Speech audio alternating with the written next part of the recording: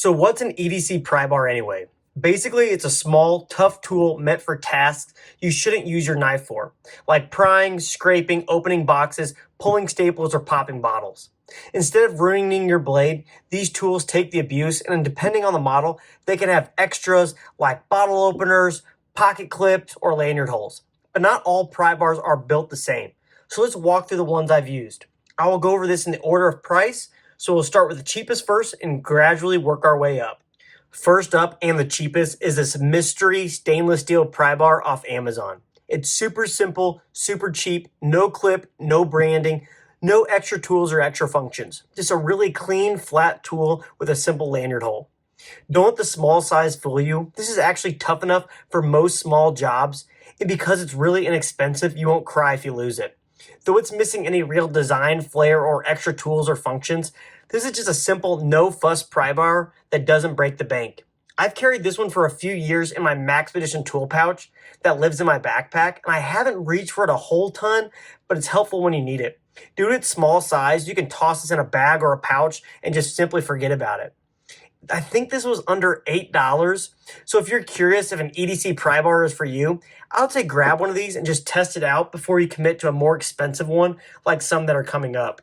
This little pry bar is great, but ultimately I just long for a bit more utility, so this is where the next one comes in.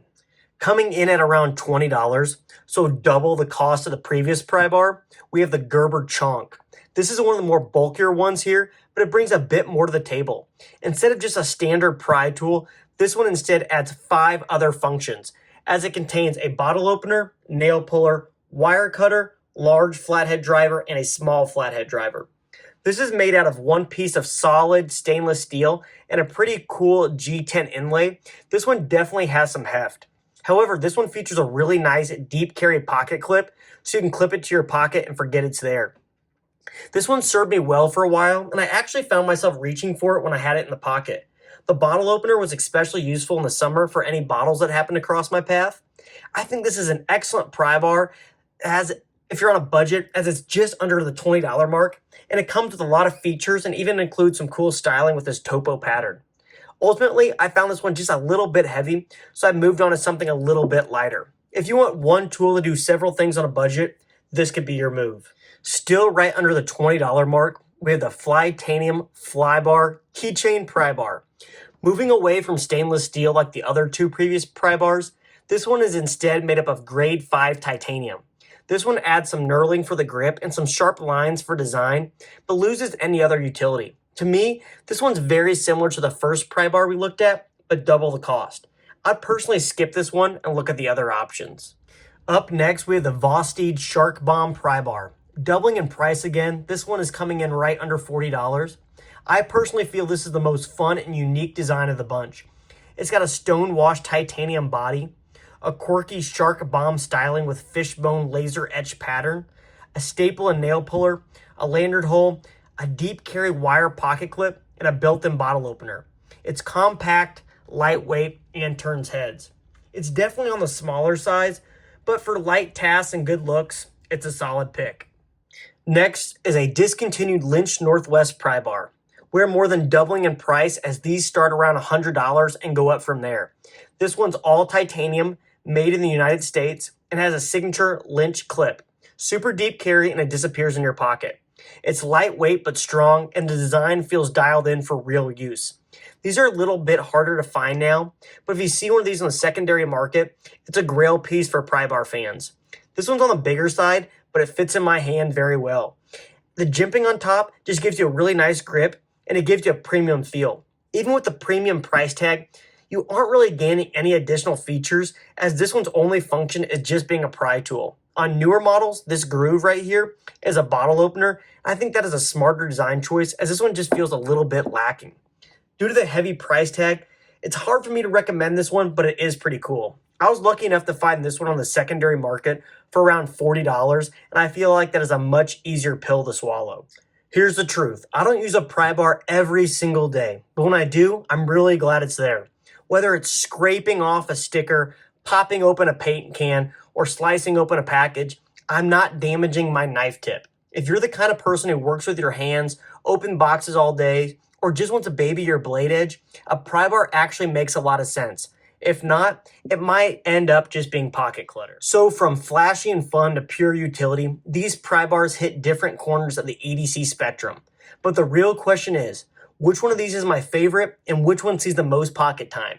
After carrying these around for a bit, here's how I'd rank them. Coming in last place, no one wants to be here, but somebody has to, we have the Flytanium Fly Bar. For the price, you just aren't really getting that much, and the design is just kind of blah to me. Coming in fourth place, and this might surprise some, is the Lynch Northwest Pry Bar. I just think $100 is crazy when you compare it to the competition. Now rounding out our top three. In third and taking home the bronze, we have the no-name Amazon stainless steel pry bar. It's functional but basic, but remember, this is sub $8. This one is here on the value aspect alone. Grabbing second place, we have the Gerber Chunk. For a reasonable price under $20, you get several key functions that make this a very practical yet chunky choice. If you haven't guessed by now, my favorite is the Vosteed Shark Bomb Pry Bar. I just find this one hits a sweet spot between utility and style. It's made of titanium and is on the smaller size, so I don't notice it as much when it's in the pocket. The deep carry wire pocket clip is fantastic, and Vosteed even thought ahead and gave you the option to change the pocket clip to either side should you desire it. I like to carry my pry bars in a small pocket organizer from Three Sons Leather Company, and I just found this one fits in there the best. I used to carry my Lynch Northwest one in here for a while, and I thought it was solid, but this one just fits a little bit better and fits like a glove. I did add this lanyard to be able to pull it out just a little bit easier. This pry bar just does a lot of things right for me. First, I absolutely love the design. As a somewhat artist, I love the design that makes it seem like a fish or a bomb with these fins at the back. I love the anodized fishbone pattern that shines through when the light hits it just right. I particularly like that this is built for utility, as it has jimping on both the top and the bottom, and it features a bottle opener. For me, this is just the perfect EDC pry bar, and I can't see myself getting another one. Vosteed hit it out of the park on this, and though it might be a tad steep at just under $40, I still think it's a solid investment should you find yourself needing and using a pry bar in your EDC. So should you EDC a pry bar? If you're opening boxes, prying, or just want to preserve your knife, yeah, I'd say try one. If you're already overloaded on gear, I would say maybe hold off. Thanks so much for watching, and don't forget to like and subscribe to get more videos like this one. I'll catch you on the next one.